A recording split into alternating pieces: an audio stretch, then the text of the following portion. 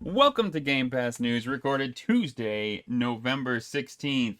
Today, we chat about Halo Beta saying hello to the world a little early. Even more games hit Game Pass today because, why not? Why not? And we have an awesome guest, Mr. Insipid Ghost himself, to chat about all this stuff with us. Sean, how are you doing today? I'm turning my iPad down because it's running in the I know, background. I sound great. That's all I need to know. I sound real good. Yeah, you sound awesome. I'm good, thank you very much. Spent the day today playing quite a bit of Halo, a bit of Forza, and I went for a run. So, pretty good day off. Nice, nice. Luke, thank you so much for joining us, man. We are honored to have you on to chat about Halo, to tell us all about what's going on in the Xbox world. How have you been, man? How you doing? I am fantastic. There is so much to talk about. I am honored to be on, so I appreciate you. I apologize. My lighting went for a smoosh as soon as you hit live. I couldn't believe what happened. But no, I'm great, man. Thank you for having me on. I appreciate it. No problem. It was the apt timing. I mean, what a great week to have you on. We're excited for sure. It was the 20th birthday of Xbox. And we got That's a lot true. of stuff, man. We got a lot of stuff. But most importantly, at the end, and if you watched my direct, you'll know I thought it was all a bunch of phooey. I didn't think anything was gonna happen with this rumor. Hambone Johnny, hey man, how you doing? But they dropped Halo Infinite beta multiplayer. Halo Infinite multiplayer beta. You gotta get it all. You gotta get it all in there. So guys, Luke, I'm gonna start with you, man. Sure. You're our guest. Like, have you jumped in at all? I'm sure you have. What do you think about it? Well, the beta is as clean as it was when they had the flights a few months ago, and certainly has been polished even more so.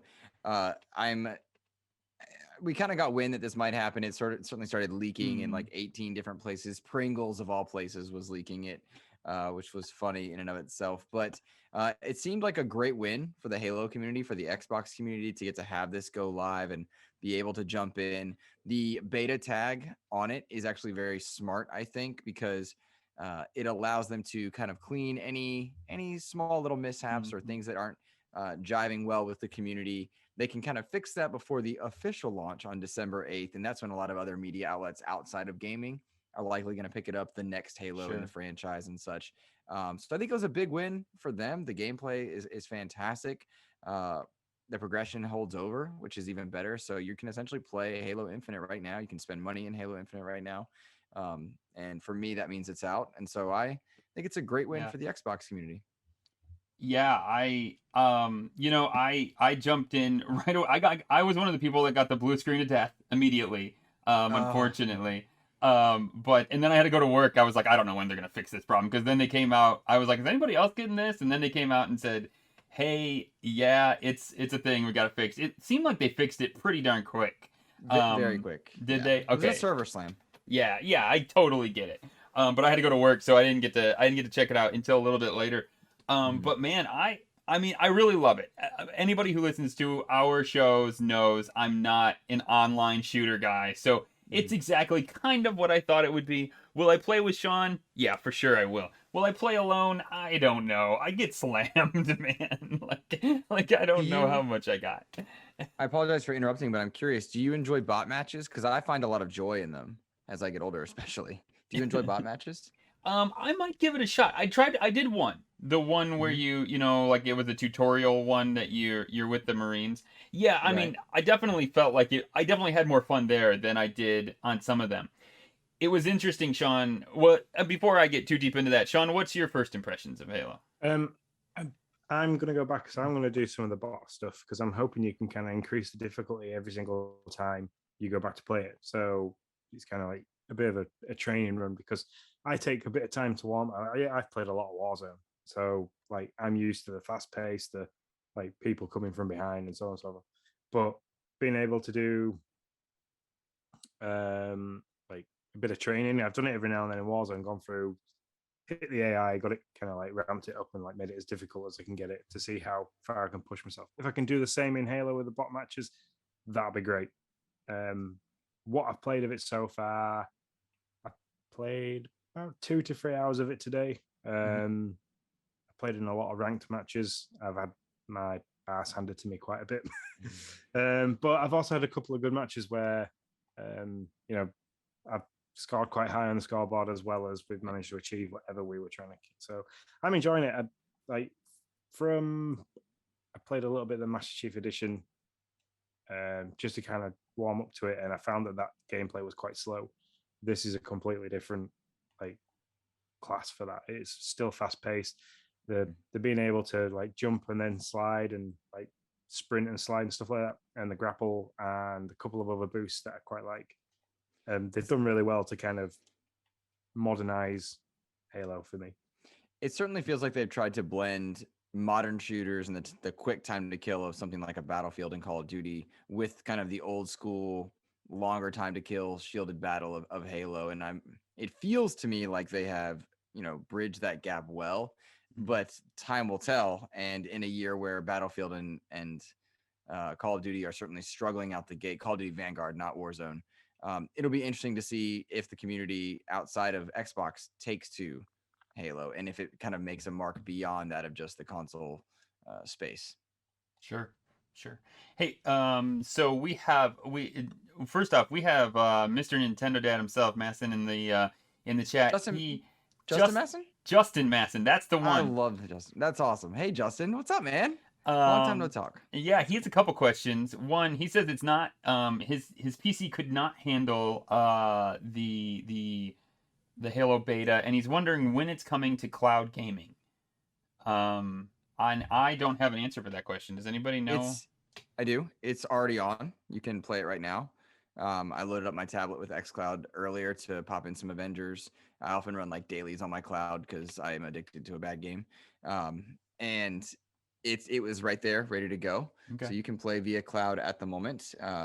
If he's asking about cloud gaming on the console, that is on its way, but not out yet. But like you can play on your tablet, your PC, and any of the other. Justin don't care about that console. He doesn't. He's PC and xCloud on a. I don't know what he plays on, a phone, or I don't know what he's playing on. But I know he doesn't have a console just yet. We're working on him, Luke. We're working on it.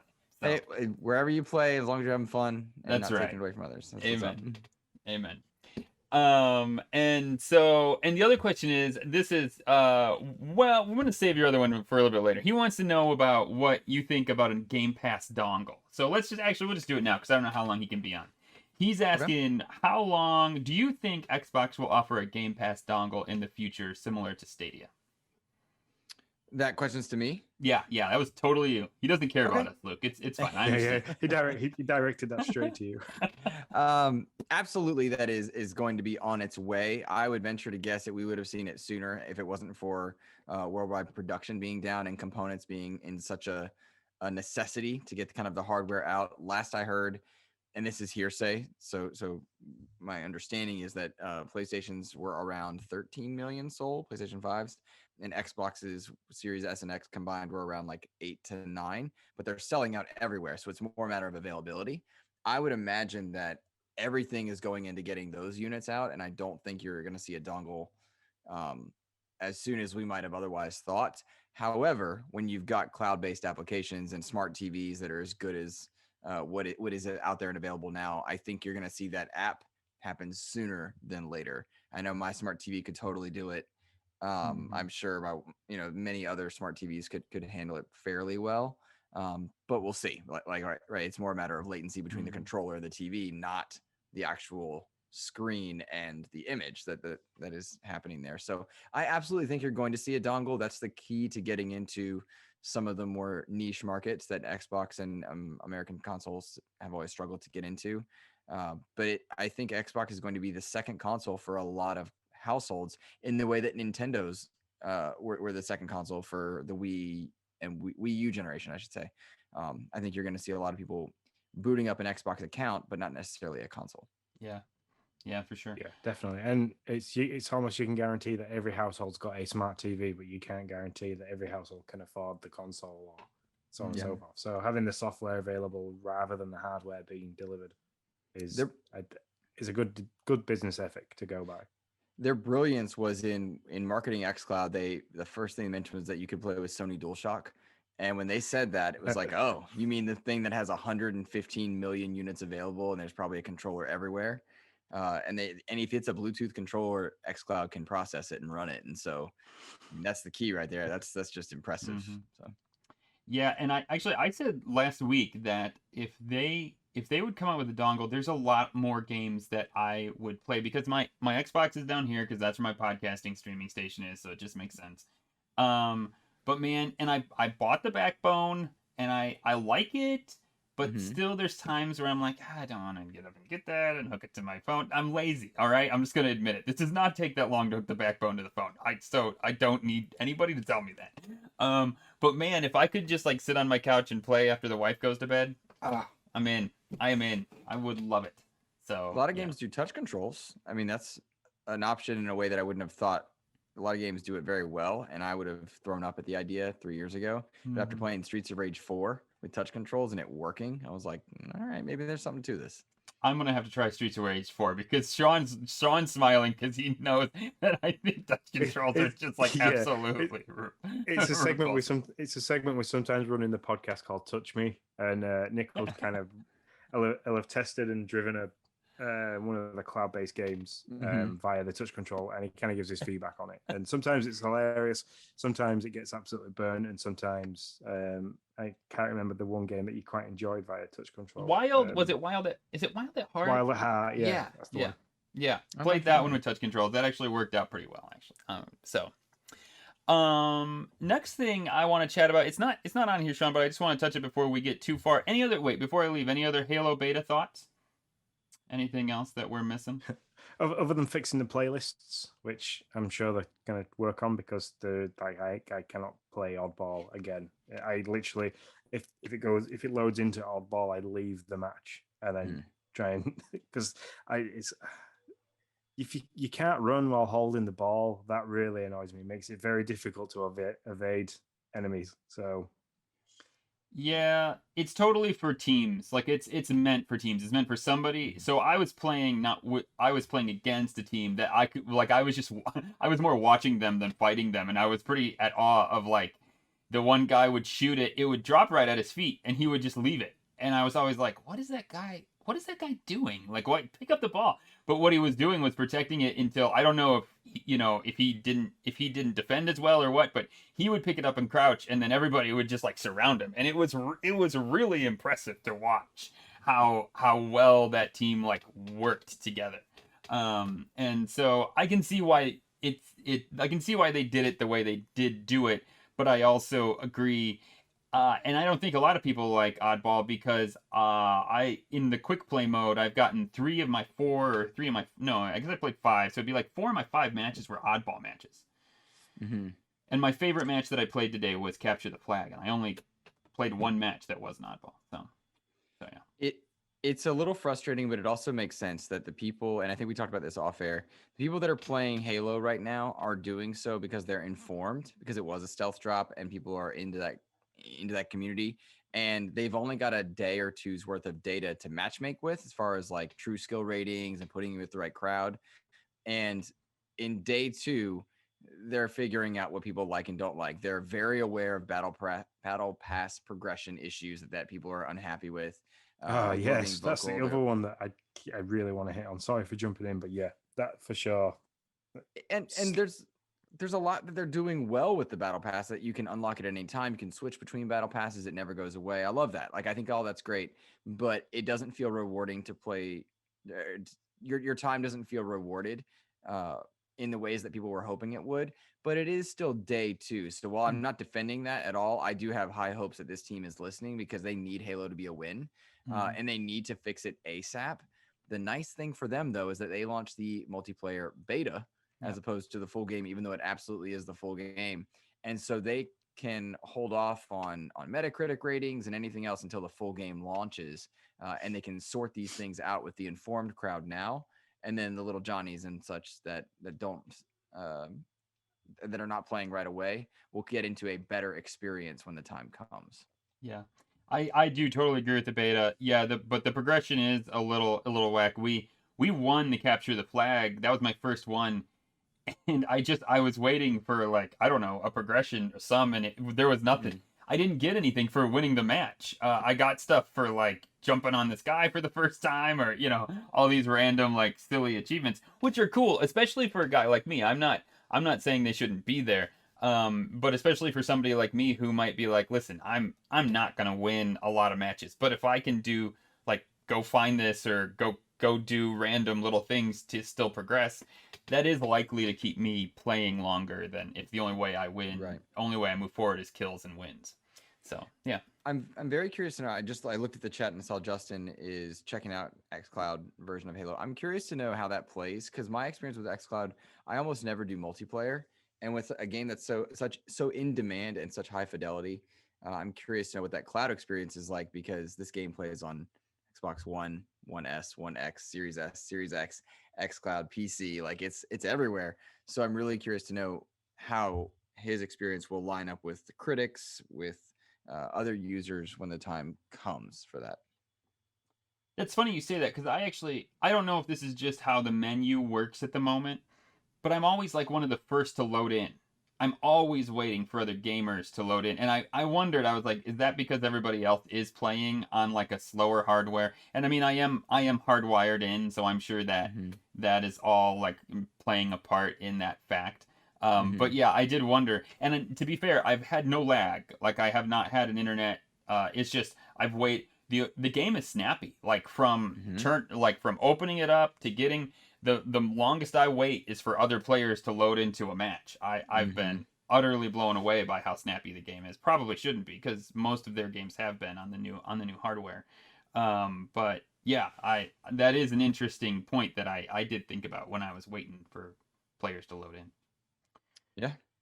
So yeah, anything else you got, Sean, on Halo Beta before we move on? No, other than I streamed it earlier on. So if you want to see my initial reactions, it's somewhere on Twitch. It's in the Twitch sphere. Go look it up at Game Pass News. But you know where that is if you're listening to us right now. The second thing I wanted to mention about the 20th birthday stream, it was like it was a look back and kind of, almost a pat on their back and what they've done, which they certainly deserve. But it was also, in the end, I was afraid it was going to go real long, but it actually didn't. They had, like, a look back and then a drop of news and then a look back and then a drop of news, and I thought that pacing was actually pretty good for what the stream was supposed to be. It's not an E3, like, sizzle trailer game. But they dropped two things. They dropped two TV-based things. There's a 6-part documentary on a variety of streaming platforms. They did not mention which ones that would be, which I think is very cool. I can't wait to watch that. Kudos to what I saw already. It looks like it's not just going to be a big pat on their back. They're going to touch on those, Red Ring of Death era issues too. And the Xbox One flop is one that's on there as well. Yep, yeah. So, and I know Frosticle said, I wish Nintendo would do this. And the first thing I said to him, I said, I don't think Nintendo is transparent and open enough to be able to be like, hey, let's talk about the times where we really, like, screwed the pooch on our console. Yeah, I don't think Nintendo knows what a streaming service is, much less how to get a documentary onto one. yeah. All that's probably very they true. have Twitch now. You can watch Twitch on your Switch. Twitch on the Switch. That's right. There we go. Things the Vita could do. I love it. Luke Sizzle Reel. No one's got better IP. Well, Sony might now. Sony might now have better IP, but Nintendo's IP is unrivaled. But their tech and their methodologies, to me, are still behind the times and trading on nostalgia. That said, they make some extremely high quality games. No one can take that from them. Yeah. And congrats to them for Metroid Dread getting a Game of the Year nomination at the Keighley's. That's cool. Good for them. For sure. So there's a documentary coming out, and then there's Halo Master Chief series, or is it a Halo series? Man, I should have known. Coming out on Paramount Plus. Damn it, the only streaming service that I do not currently subscribe to. It feels like. I mean, currently, he says. Yeah. Oh yeah. No, they've got me. They've got me. I'm in. Do you guys have Paramount Plus? Will you get it for a Halo series? No, I, I struggle to balance between Amazon. Well, I have Amazon Prime, so I get it yearly because we tend to get quite a lot of stuff delivered. Like with Lindsay's business and stuff, we were using it quite often. So, Sure. and my health insurance pays for it, so that's why I like to keep running because it pays for everything. So we've got Netflix and we've got Disney Plus. They're the only two that I run, and they're the only two that I will run because outside of that, there's just too much to watch, and I already have choice paralysis when it comes to trying to find things to watch. And I find I'm just watching the same stuff over and over again anyway. I do have Paramount Plus, Okay. and I have all the streaming services, and I excuse myself on that because my wife really loves watching TV. She likes a lot of different types of TV. That's my excuse. Really, it's that Paramount Plus has all the Star Treks, and I'm a big nerd, and I love Star Trek. So I'm in on this Halo series. I was always going to be in on a Halo series. They seem to be taking it seriously, where some of their live action stuff has not been as full budget as it otherwise could have been. So I'm anxious to see kind of what they come up with because live action Halo is hit and miss. Some of those commercials are incredible. Some of the shorts are great. Some of the stuff is really bad. So we'll see how it turns out. But if it brings Halo to a new generation of people or it makes it interesting for a group of people that wouldn't otherwise play, I think that's awesome because there's a lot of ways to enjoy the Halo universe, books, comics, TV, strategy games, mobile games, and first-person shooters as well. So cheers to them for doing it. We'll see how it turns out. Yep. I totally agree with that. I think it's a great business move. They'll all feed into each other. They certainly understand that. I mean, they're marketing the heck out of Master Chief. I mean, I'm a big Squatch Soap fan, and all of a sudden, like I get emails from them about, hey, get Master Chief soap, and I'm like, are you really? We're going there? Never saw that coming. My soap got here today. Oh, Luke. I smell fantastic, and it really is good soap, but I bought it strictly because of Halo. Yeah, and it really, I'm happy to say it is nice. It is good. Yeah, no, I'm sure it is because I love their soap. So there you go. We are not sponsored by Squatch Soap, but we could be if you wanted to. We should be. That's right. Exactly. So that was. Did anybody go and do the Xbox Vault thing? Yes. I watched the segments on YouTube, so I watched like all the bits that interested me because it was my son's birthday yesterday, which is why I didn't join Nick live, and I tried to watch Nick live and join in the chat, but it was all happening as the family was landing to kind of wish him a happy birthday. So happy birthday, Logan. I watched a bit with Rock, and I was kind of like, I like the guy, and I like the fact that he likes to rib himself for how he was dressed and stuff like that. I thought it was really funny. But then I started to feel like it was very much pushing and promoting his film. So that's when I kind of tailed off. I was like, it definitely was. But I don't know if you know, Sean, they had Xbox.com/vault is like a little giveaway thing that you go there and you have to answer this trivia and you get so many points. I don't know if you can still do it. I tried to do it, but I think too many people were slamming it. I got kicked out at the very end after I got my points. I never actually got registered. So, did you get registered, Luke? I did. I don't know what that really did for me. It was a little heavy on the Red Notice thing, but like whatever. You had The Rock and then Gal Gadot and Ryan Reynolds in the background looking gorgeous as they always do. So I don't know how that hurt them, but I don't know what I really registered for, if I'm being honest. I have no idea. He said something about like, we have thousands of these red cards, or hundreds, I don't know, to give away. And I'm like, well, I don't know. I really want that. But sure, I'm going to go. And if it's free junk, I'm going to go and sign up for it. You better believe it. Right. Exactly. Oh, that's good stuff. What's this? What's the anime perk? Help me out here, Sean. I don't know what this is. So I got a notification from my Xbox Game Pass app telling me that one of the perks that I could unlock with the points that you earn while you're signing into Game Pass, playing games on Game Pass, unlocking achievements on Game Pass games. One of the perks that you can enjoy at the moment is the free Crunchyroll anime perk. So if you're a big fan of anime series and stuff like that, you can currently get 75 days of Crunchyroll Premium, which is like their Mega Fan, they call it, for free. So you've got access to over 1,000 series of ad-free new episodes 1 hour after they've been aired in Japan, stuff like that. If you want to claim that, you log in via your console or via the PC. Spend your points that you've earned from playing Game Pass games and unlocking achievements, and you can do that up until the 8th of February next year. So Nice. I know, like, I know Jesse is a big Yeah, fan we of have some anime Discord series. fans.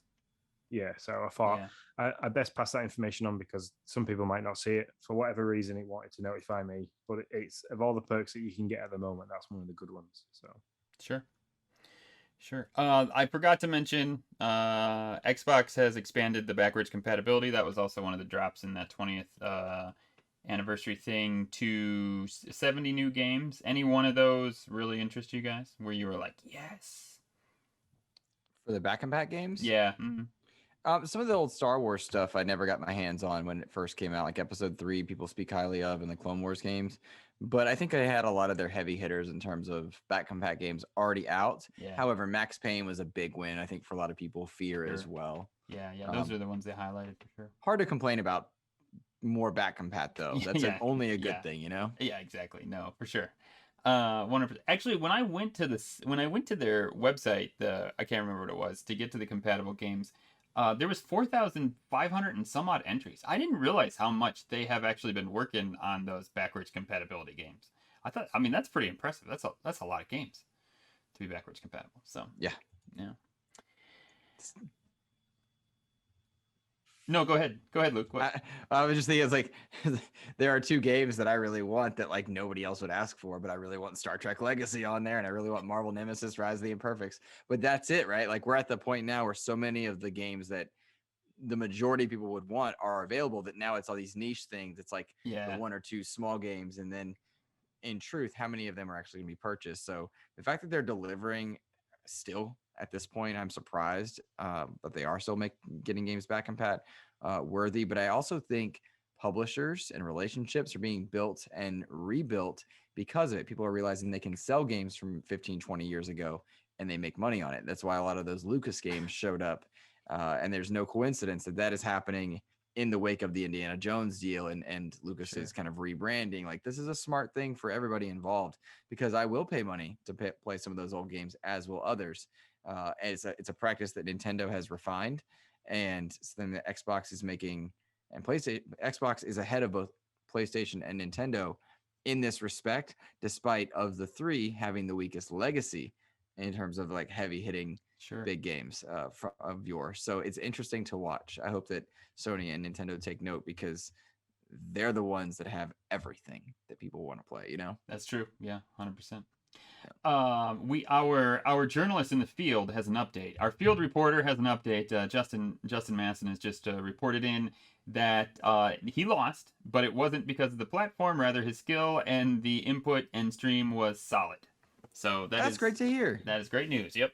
So nice. I mean, not that you lost, Justin, but we're real sorry about that. But that it was a solid experience for you. Yeah. And how absolutely fantastic is that? You can play this. You can play this huge game, stream it on a phone. I just I'll never completely not be awed by that fact. I don't know. It's something that Xbox has done that is just absolutely marveling to me. That you can play it on a console natively, or you can play it on an xCloud on an iPhone. I don't know. Nick, 5 years from now, you're going to take it for granted. It's true. That's the thing. It's like wireless controllers, man. Remember, it was like, oh my gosh, this is crazy. Now it's like, what's a wire? You know? Yeah, it's totally true. I know Nintendo sometimes comes out with these really cool designs, and I'm like, oh, it's got a wire. Never mind. It's like, it doesn't matter how cool the design is. If there's a wire hanging from it, I'm out. Yeah. So very quickly, because you touched on the Vault thing. Yeah. It's currently still available. Okay, and cool. I'm currently doing it. Best of luck to your trivia skills. Yeah. Yeah, I'm at 1,200 at the moment points. Cool. There you go. Yeah, listen. Justin says he thinks more and more about picking up a Series S. I told Luke we're you can play wherever you want. I totally agree with him, but we're working on you, slow but sure. Well, the Series S that's the trap of the Series S, and that's the benefit of the Series S is it's affordable. You're not going to get a ton of memory in it, but in all likelihood, many of the games that you would want to experience if you're grabbing a Series S are going to be streamable, or you can kind of offload onto a donkey drive, which I don't know what a mule. That's what a donkey drive, a mule. Kind of what I do. I have a 5 gig just plugged in. It doesn't run at the speeds of a Series SX, but I can offload stuff very quickly onto it, and off to it. I absolutely think that the Series S is the way to go if you are not making Xbox your primary system, and that's absolutely fine. Xbox doesn't care, and nor should any gamer. Like, if you want to play some of the great exclusives that Xbox has and has down the pipe. I mean, Forza Horizon 5, 9 million players now. That's a great, fantastic, incredible game, and it's perfect because it's not a simulator. It's an arcadey style racing game that's just in between Gran Turismo and Mario Kart, and you can play it however you want. So there's a lot coming. There's a lot that's there that people missed over the past few years, rightfully so, because Xbox didn't get it done last gen. But because of that, you have a great back catalog to go and explore, and the Series S is a great way to get into it, I think. Yeah, to be fair, that's what I did. I had no idea we were going to be doing this podcast when the Series S came out. I was just hanging out, and I was like, you know what? I'm going to buy a Series S. And I was lucky enough to get one at launch. And yeah, that totally sucked me in. And I was like, Sean, we should do a Game Pass thing. I'm having too much fun over here. I want to chat. I want to chat about this. We actually would spend like an hour before Dad Crossing just talking about Game Pass. So then we were like, we should make a podcast out of this. Yeah, awesome. that's how awesome. it works. It's fantastic. So Xbox is hosting an extra live event on Giving Tuesday. Tuesday. Yeah. Tuesday the 30th. That's an awesome idea. They're gonna raise a crud ton of money. I can't wait to see the number that they bring in. I mean, absolutely seriously. So I didn't click on it. Are they having their streamers do it? Do you know?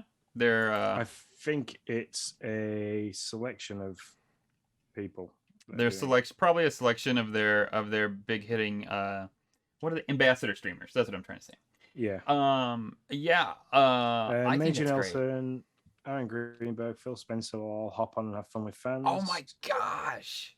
That's so cool. Yeah, like, there you go. The legends themselves. That's cool. So yeah, they have a full schedule. So start at 10:15 a.m. Major Nelson. Then they're going to play Apex Legends. Phil Spencer's going to jump in with special guests featuring Halo Infinite. Then State of Decay. Aaron Greenberg going to do some giveaways. Play of It, some Age of Empires, Halo Infinite, Minecraft, Horizon 5, Game Pass, Xbox Game Pass Team, first 20 gameplay.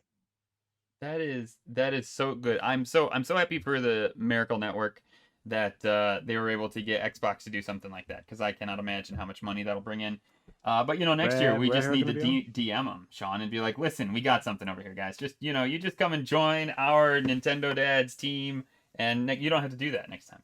See if they'll There's also going to be a rare featuring Sea of Thieves, so that could be interesting to see how much any information that they give out regards the relationship that Xbox have currently got with Rare. Yeah, for sure. Any other news that we're missing? You guys heard down the rumor pike that we need to chat about, or you want to chat about?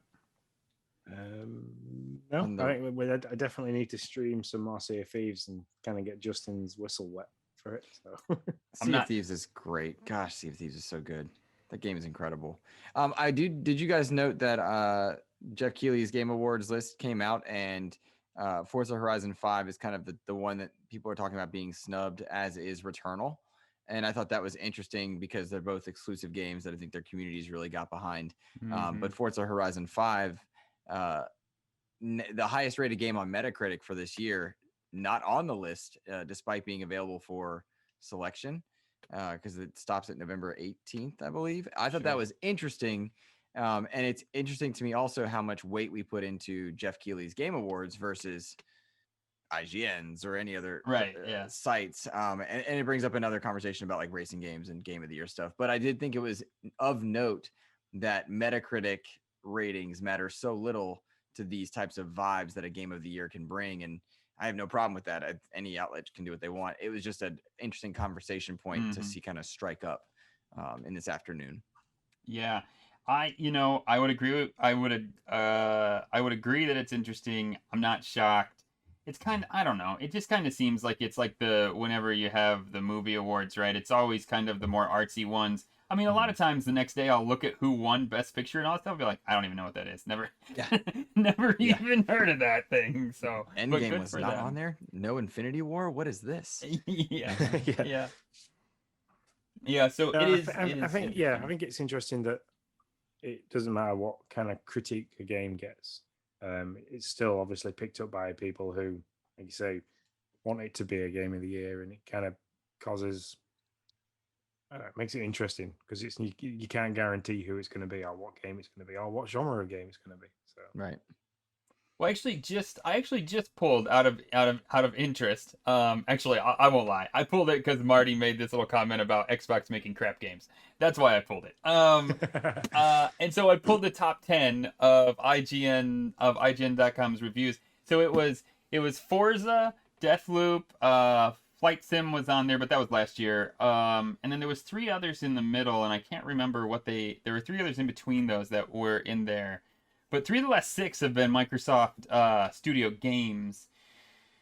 Even though Deathloop is obviously not on a Microsoft console. Did Deathloop? Did Death's Door rank in there anywhere? I'm curious. That's one of my favorites from the year. I'm just curious. Not that I think I would remember if it. I only looked at tens, so if it got Gotcha. anything less than a 10, I wouldn't have seen it. So yeah, you had Forza, Deathloop, Disco Asylum, Splunky 2, Crusader Kings 3, and then Microsoft Flight Simulator were the Yeah, top, okay. like the ones that had got 10 out of 10. And I think those last two are actually from. I know Flight Sim's from last year. I think Crusaders from last year too. So yeah, it is an interesting conversation. John Blanco from Dad's After Dark hit it on the head and said there's absolutely no way that a racing game is ever going to make it on the Game of the Year list. And I don't think he was wrong in that statement. You know, it would have back in the PlayStation 1 generation. Remember when Gran gonna Turismo say, was first hitting its stride? Yeah, I'm gonna say I thought Gran Turismo would have been there, especially for Gran Turismo 3, because that was like the first step into like the next gen racing before Forza then tried to catch up with others. I can't remember which one came out at the same time. I mean, here nor there, it doesn't matter. It was just interesting to watch the discourse. Mm-hmm. It's always interesting to watch Twitter discourse. It's always interesting. Moving on to our Xbox Spotlight. These are games that we are playing currently or have been playing in the last week at least. One of those. And Luke, since you are our guest, we will let you go first. What have you been playing this week, man? I have been playing a lot of Forza Horizon 5, a good bit of Halo Infinite, the new Sherlock Holmes game I was dabbling in, and I play a lot of Avengers, which you can make your jokes. I understand. Hey man, you like what you like. No jokes here. Yeah, no jokes here. I love Avengers, but for all its problems. Those are the games that I've been playing. Forza Horizon 5 is just a special experience. I realize we just kind of mentioned it via Game of the Year. And then Halo Infinite, also a special experience. I suppose it's fitting that I'm on Game Pass News and they just kind of launched their two heavy hitters of the year. But yeah, those are kind of my two go-to games at the moment. I was dabbling in Spider-Man PS5, which I love. I love both Miles Morales and Spider-Man PS5. Those are fantastic, but I love superhero games. So Guardians of the Galaxy, Spider-Man, Avengers have all been kind of fun reruns for me, for sure. So I don't know which one you want me to talk about, but the Forza Horizon and Halo Infinite, kind of the topics of our show, have been what I've been playing as well.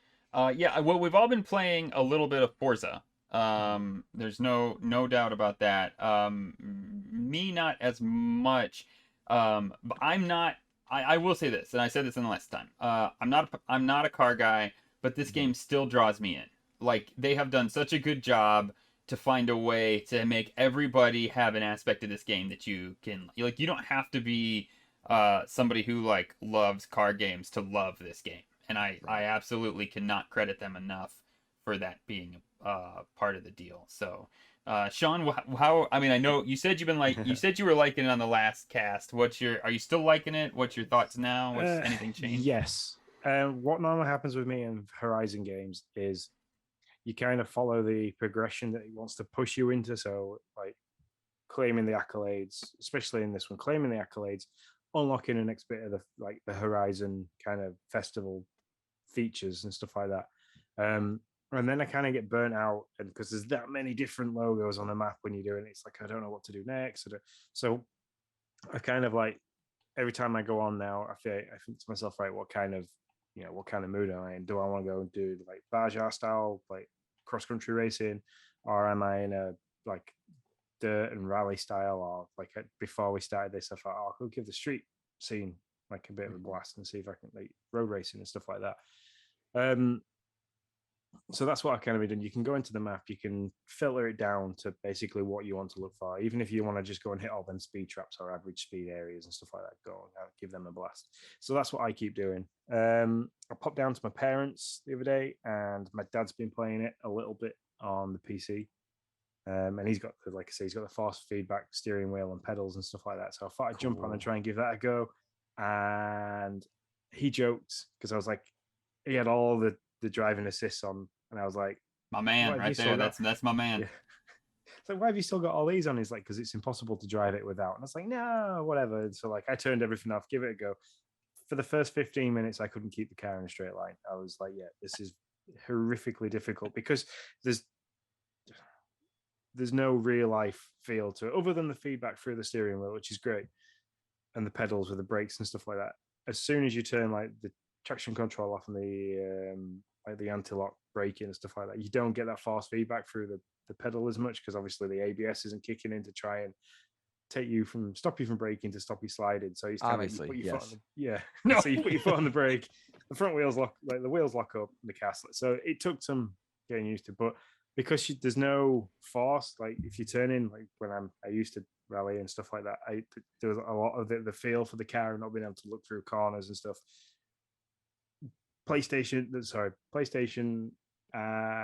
did really well with Gran Turismo having the VR, which made like the driving simulator stuff even better because you could look through the corner.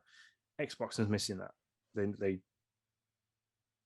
That's the only bit that I'm missing with driving with the fast feedback steering. Other than that, it was good fun. And after like 35 minutes of it, I was sweating because obviously you're fighting with the steering wheel all the time. So yeah, I need to get better at that and keep going. Yep. I'm an all on driving assist guy, and I'm proud of it. Give me that line that tells me where to be and when to brake, and I still probably won't always make it in the first place. And that's okay. That is okay with me. Tim is having dinner and some Game Pass news. Thanks for joining us, man. We really appreciate it. We got all the dads. Yeah, we got all the What's up, man? What's up? This is cool. That's cool. I love Tim Off. And his son. He is an amazing guy. I agree. Yeah. Anything else for you, Sean? Yeah, so Halo, like I've hit on that. I'm enjoying it. I'm enjoying the physics of the game and the gameplay speed. I think I even said it during the stream that it, like at first I was a bit like what, and I was tripping over myself with it a lot, and then all of a sudden I kind of got the groove, and I was like, yeah, okay, I can see me playing a lot of this. This is dangerous. This is like my new Warzone, which is pretty good. And then the other one that I've been playing, Grand Theft Auto San Andreas, and we've both kind of fallen straight out of this, haven't we, Nick? Yeah, we did. Yeah, I don't know. I don't want to get. Listen, if you love this game, that's great, and I am not casting shade against anybody who absolutely loves it. But for me, there's just like I and my friend made the same comment or made this comment, so I will just say it. In this time in history, I don't remember if I played this game or not, but in this time in history, there's just too much N-word for me to want to hear. And I mean, I'm just going to be real honest. And so and it's funny, my friend was like, so you're okay with running over people and killing random people, and I was like, yeah, that's the thing, man. I don't know. So and if you love it, that's great. And no shade, like no shade. I mean that. But for me personally, I was just like, nah, I think I'm going to roll off onto something else. So that was There's any shame in that. There's no shame in that. as soon as you load the game up and you're in the car with Officer Tenpenny, and it's just, and I mean, Yeah. like, I love the fact that they've used the original voice cast. So Officer Tenpenny is voiced by Samuel Jackson, which is lovely to hear. But like you said, there is a lot of language and a lot Yeah. of derogatory language in that sense as well, which I know for the time the game was out and for the where the game is. So obviously you're in the heart of what is supposed to be like Compton, LA. There's just yeah, it's over the top for me as well, and I'm okay. Yeah. I'm a big, I don't know if I can say it. I'm a big black comedy fan. I like those kind of stand-ups. I like those kind of films. I'm a big fan of the old school hip hop style stuff. So NWA, but to be playing a game it was just over the top. And I'm the same as you, Nick. It's kind of like I played the first few missions. I'm like, okay, they've done really well at this. His play's nice, but I can't deal with that amount of. Yeah, I gotcha.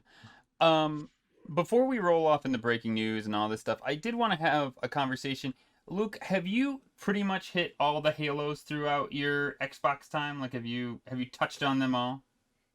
My friend, I read the books. I read the comics. I've played through all the games many times. I played through all of them last summer, most recently with Mr. Badbit and my buddies in an effort to prepare for Infinite when we thought it was going to be dropping. Yeah. I adore and love Halo in a lot of ways, well beyond just the first person gameplay. So to answer Sure. your question, yes, very much so. Yes, and I can yes. I can wax poetic about that story lore anytime you like. Well, actually, so that's kind of what I wanted to do before we rolled into that. Our history. What you dropped off on Halo 2? Is that correct, Sean? Do I remember correctly? Yeah. Your journey, and so did I.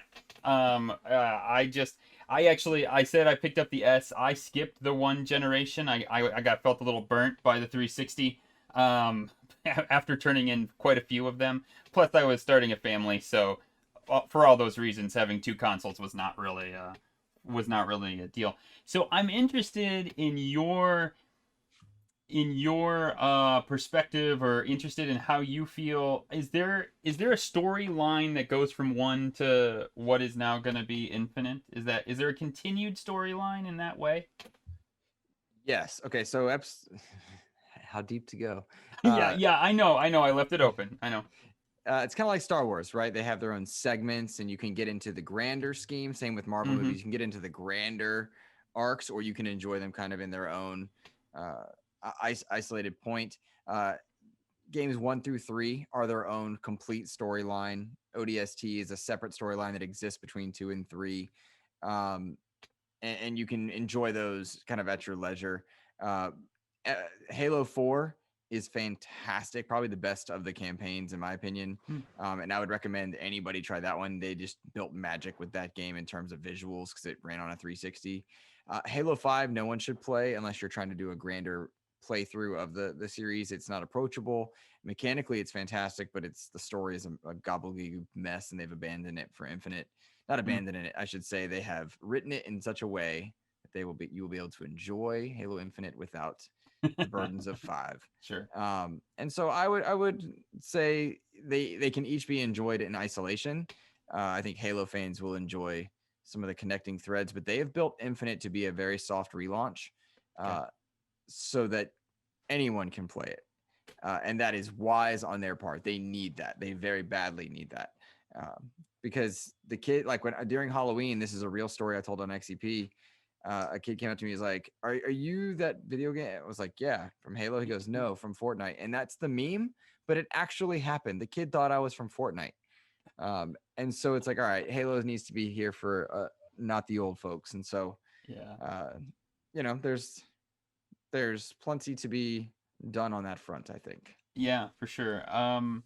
Yeah, it's very so what you have seen, what they have teased of the campaign and their little 8-minute, like, I don't know, expanded trailer. Are you pumped for that? Are you all in, excited for that campaign mode? I mean, that's always been my jam with Halo, unless I'm playing with like people I know. I love playing multiplayer with people I know in Halo, but to just be online, I'm not all that big. But the campaign, and especially playing it multiplayer, which we now know we're not going to be able to for a little bit longer, but playing it co-op, I mean. But are you excited for what they've seen, what they've showed? Yes, in the 8 minutes, they showed a lot of gameplay that shows an evolved Halo, if you'll forgive the pun.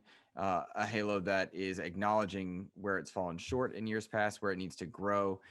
Things like checkpoints and outposts being not quite Far Cry or Ubisofty, but a bit more like Arkham is the term that's being used, and that to me makes a lot of sense. If you played Arkham Knight, they did a great job with having checkpoints, but the game still feeling true to what the Arkham Asylum series was. Having named enemies is going to be a great move. Halo's done this before, but not in terms of like mini bosses. Sure. Halo's not known for boss fights, so it'll be nice to see kind of that taking place. In large part, I think they've got the makings of something special, and I'm very curious to know how they or if they are able to pull it off, because the gameplay looked pretty darn good. Even at that very poor showing a year ago, the gameplay premise, the grapple hook and some of the movement looked to be very promising. And the gameplay loop is what Halo fans tend to go with. But from my front, after reading the books and enjoying the grander universe, it seems like they're latching on to what made Halo special in terms of story. And they're taking advantage of that. And that is Master Chief and an AI versus aliens. The Promethean enemies, which were very heavily featured in 5 and a good bit in 4 as well, seem to be diminished, if not removed entirely at this point, which I'm sure they'll find a way to explain. But that's what the core of Halo is, and the story seems to be accommodating that. So I'm excited for it. Cool. I am too. I'm all here for the campaign. I'm excited to jump in that. I would love to see them. This is a conversation, being that we kind of sit on a Nintendo centric Discord server. I mean, not just Discord like chat, but Discord server. Sure. A question we get posed a lot or chat with a lot is like, well, who's Xbox needs a mascot, a main mascot, like somebody who really runs it. And Sean and I have had this conversation probably a couple times in podcast form, and like we always kind of just run back to Master Chief. It always seems like, but I do agree with a lot of the people that are on NDAD's server that he just like he doesn't have that same feel as like a Link does in Zelda, where you feel like you're on a journey with him. And I'd love to see if they could turn that around a little bit and make, or maybe just reinvigorate the feeling of past Halos where you had that feeling more. Yeah, so I'm gonna say he always, to me, whenever like there's the live action shots and stuff like that, he always looks tired. It always seems like the battle never ends. It's kind of like, well, it doesn't. Poor son of a gun.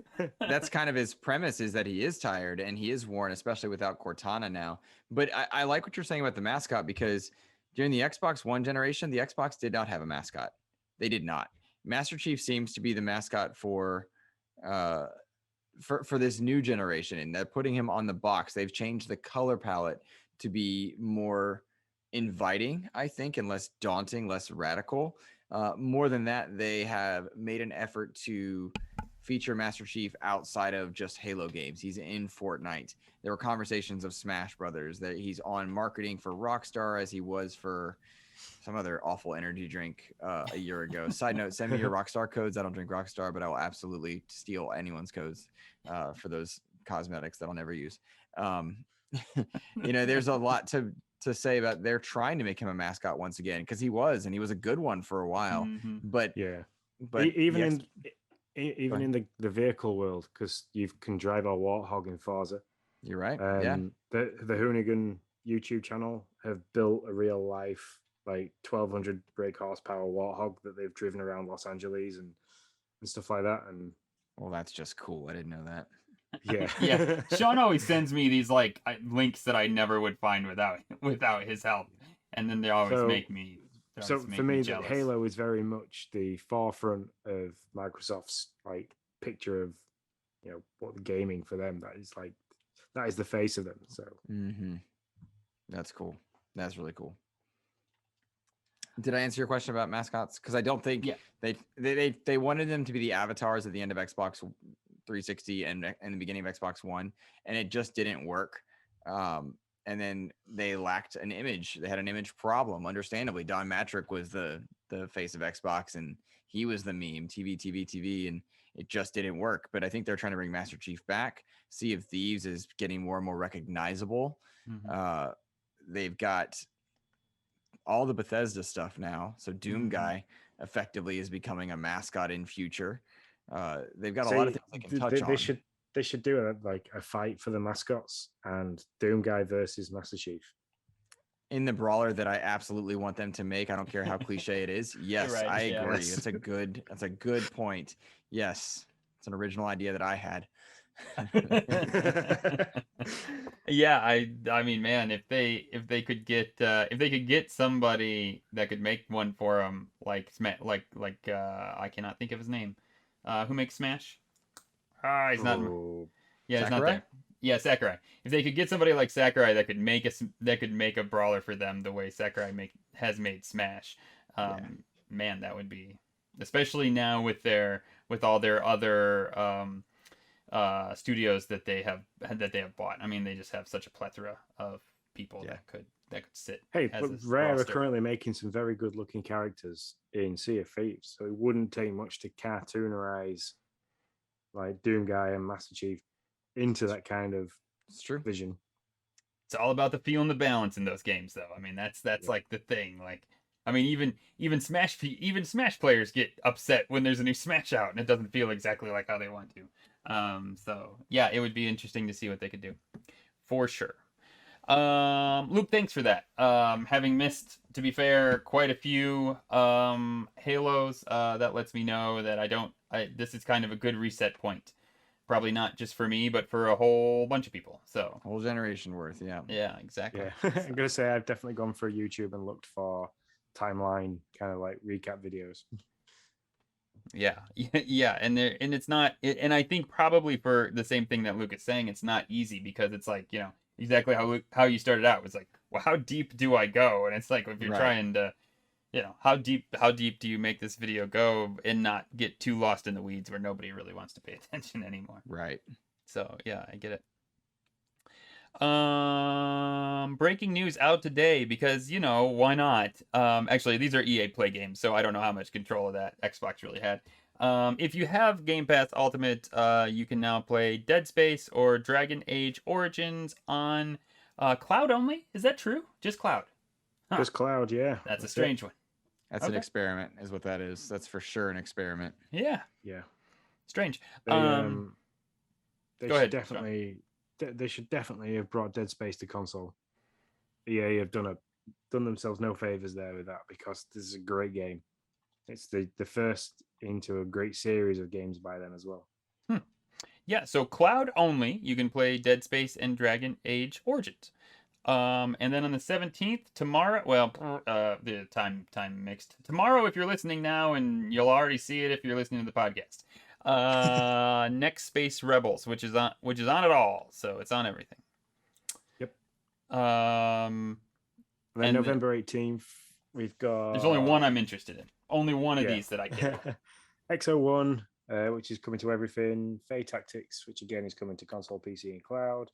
Undungeon, which is console, PC, and cloud. And then the one that I'm excited about, and I'm pretty sure it's the same as you, my friend Pedro, which is an amazing game. It is a great mixture of arcade style gameplay and the whole Max Payne bullet time kind of stuff. Perfect balance of that. I've played it on the Switch. I've played it on mobile. I've completed it to 100%. I didn't realize it was on mobile.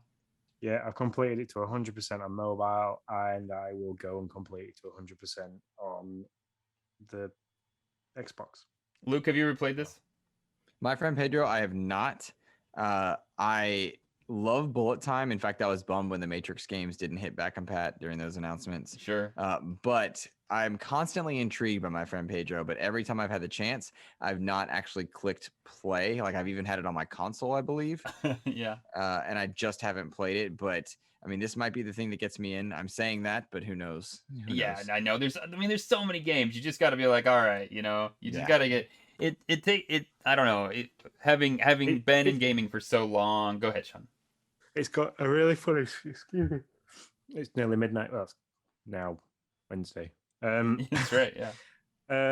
It's got a really funny storyline. So like the whole talking banana thing, and it's just funny. Yeah, I was. It is a hilarious game. But what I was saying, it's just having been in gaming when it was like you could hit all the big games, right? I mean, it was like because Mhm. they didn't drop very often, so it was like go to that one, go to Right. that one, go to that one.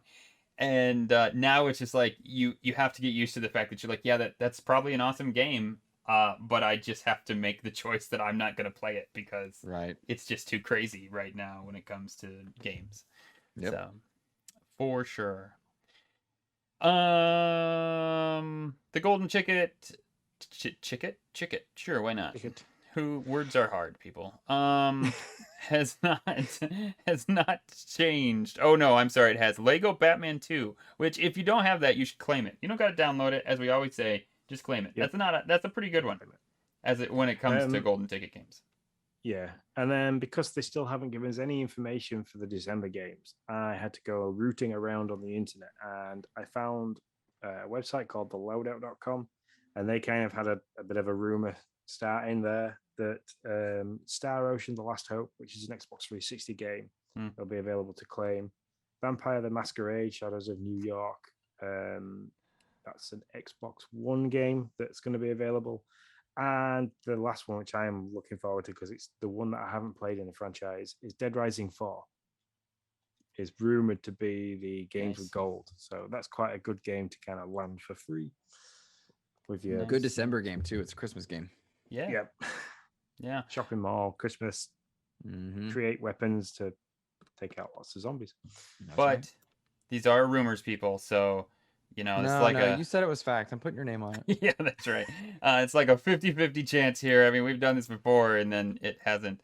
Actually, we've had stuff come out from Xbox, and then it not come out until like a month, and it got pushed a month when we were like, wait, we got that from their site. How did that happen? So yeah. New games leaving Xbox. I'm not gonna go through all these. I'm just gonna say, FIFA 19 might be a big one for you. I don't know why, because there's 2 other years of them out there, but maybe, or maybe even 3 at this point. And then Hello Neighbor. Those are probably the 2 big ones. So, if Those you're games are interested. big. People like Hello Neighbor a lot, don't they? Oh yeah, Yep. I loved it. I Did you? played Okay. I played that one and the second one. So Yeah, I haven't played the second one. I've only played the first one. And I think I hit a glitch when I played it the first time because I got through the door and then ended up straight in the supermarket. I'd never did the bit in between. So I'm gonna tell you. I was telling this to Sean. My friend we did like the fun old pass the controller around when we played Hollow Neighbor. Mhm. And we found the game so hard. And then we got down into the basement, and we just couldn't beat it. Like we just could not beat it. I left. I put it down, and I was like almost I left his house. And I was like almost asleep, and my phone rings, and I'm like, "Why are you calling me?" He's like, "You can run." He was like, "You can run in this game." we we have been walking You the didn't entire know? time. Oh, that's Yeah, great. we did not know. And so finally, when you go down in the basement, he chases you through these walls, and you literally can't beat it unless you run the entire time through it. And so, yeah, it was pretty fantastic. Go figure, right? Yeah, exactly. I was like, oh, that's a thing, huh? Um, so that is our show, folks. That is our deal. Before we wrap up, though, I'm sure you know who he is and what he does, but just in case you don't, just in case there's somebody out there who doesn't know what Luke Lohr, the Insipid Ghost, does, Luke, why don't you share what you do, man, and where they can find you and all that jazz? Well, I appreciate you having me on, first of all. It couldn't have been a more appropriate week, and I appreciate you bearing with me because my schedule was so crazy. You can find me hosting my own show. It's a solo show in which I do my best to interview people from around the gaming industry. That's called the Xbox Expansion Pass. It's on all your podcast services and also available on YouTube if you just search Xbox Expansion Pass. Most recently, I had on Forbes journalist Paul Tassi to talk about kind of ethics in journalism and how you navigate leaks and rumors and quotas and ad revenue and still stay true. Like that was an interesting and really good enlightening conversation. Sure. And then of course you can find me on Twitter at Insipid Ghost, and I would love to hear from you. And if you give XEP a shot and it's not your jam, that's fine. I just appreciate you guys giving it a listen, so thank you. Awesome. Well, we cannot thank you enough for coming on and chatting Halo and all Yeah, things Game Pass with us for sure. This was Yeah, awesome. you I loved it. definitely hit the right week to join us, which is good. Yeah, Yeah. 100%. So Sean, why don't you send us out, man? Okay, cool. So thank you very much for listening. Thank you very much for watching live. Our socials, as always, are at Game Pass News. That's Twitter, YouTube, and Twitch. If you are listening to this via your podcasting app, please, if you can, give us some feedback, give us some stars, comment, add anything that we can do better, or tell us anything that you don't like. All feedback is always welcome. If you want to jump in on Discord that we always hit on in our show and ask the questions from, head over to patreon.com/Nintendo Dads. That's where we sit in their server. As little as $1 a month, you can sign up to that and chat with us, chat with the Nintendo Dads that have been in this evening. So that's Tim Olf and Justin Masson. And thank you to Ebicel, Tim, Hammer and Johnny, Justin Masson. This is the Duke, and everybody for joining on the live chat. And Luke, thanks for joining us. It's been great to have you. My pleasure, guys. And as always, guys, we hope to hear from you soon. So see you later. See you later, guys.